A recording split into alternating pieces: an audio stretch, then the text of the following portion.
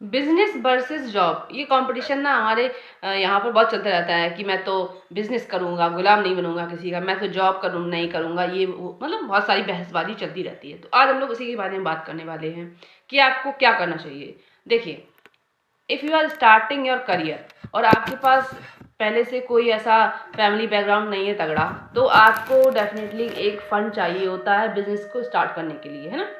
तो वो फंड कहाँ से लाएंगे आप? ऑब्वियसली आपको किसी के अंडर में जॉब करनी पड़ेगी, उसी के बाद आप फंड को रेज करेंगे।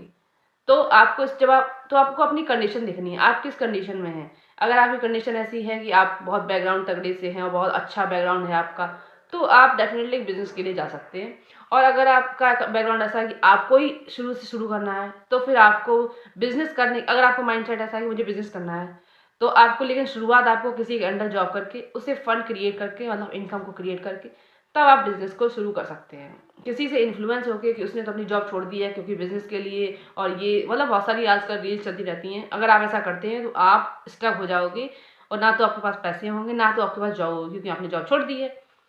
ठीक है। और दूसरी बात, अगर आप सिंगल हैं तो ये आपके लिए है। लेकिन अगर आप मैरिड हैं, जैसे आप हस्बैंड वाइफ हैं, 2 लोग हैं, तो अगर आपकी वाइफ थोड़ी सी पढ़ी लिखी है और वो, तो आप 2 लोगों में से कोई भी एक गवर्नमेंट जॉब के लिए भी जा सकता है, क्योंकि गवर्नमेंट जॉब जो है ना, वो स्टेबिलिटी प्रोवाइड करती है और एक सिक्योरिटी प्रोवाइड करती है ना। और अगर आप, जैसे आपकी वाइफ अगर जॉब करती है तो आप बिजनेस चूज करिए। अगर आप जॉब करते हैं तो आप अपनी बिजनेस को वाइफ के थ्रू करवाइए और उसकी हेल्प करिए कि कैसे करते हैं। आपको उसकी मदद करनी पड़ेगी डेफिनेटली, क्योंकि हमारे यहाँ पे लड़कियों का तो एक्सपोजर होता नहीं कि वो एक बिजनेस को, शायद अभी भी नहीं होता है, कुछ शॉर्ट ऑफ होने लगा है। अब ये नहीं कहूँगी किसी को नहीं आता, लेकिन हाँ, बहुत सारे लोगों को नहीं आता। तो आपको उसकी हेल्प करनी पड़ेगी, आप दोनों लोगों को मिल करके बिजनेस चलाना पड़ेगा। तो एक समय के लिए आपको उसके साथ डबल मेहनत करनी पड़ेगी। फिर वो धीरे धीरे जब सीख जाएगी, तो आप उससे ऐसे होकर के अपनी जॉब संभाल सकते हैं, वो अपना बिजनेस संभाल सकती है। अब आप लोगों में से कुछ लोग होंगे वो कहेंगे कि तो फिर घर कौन संभालेगा।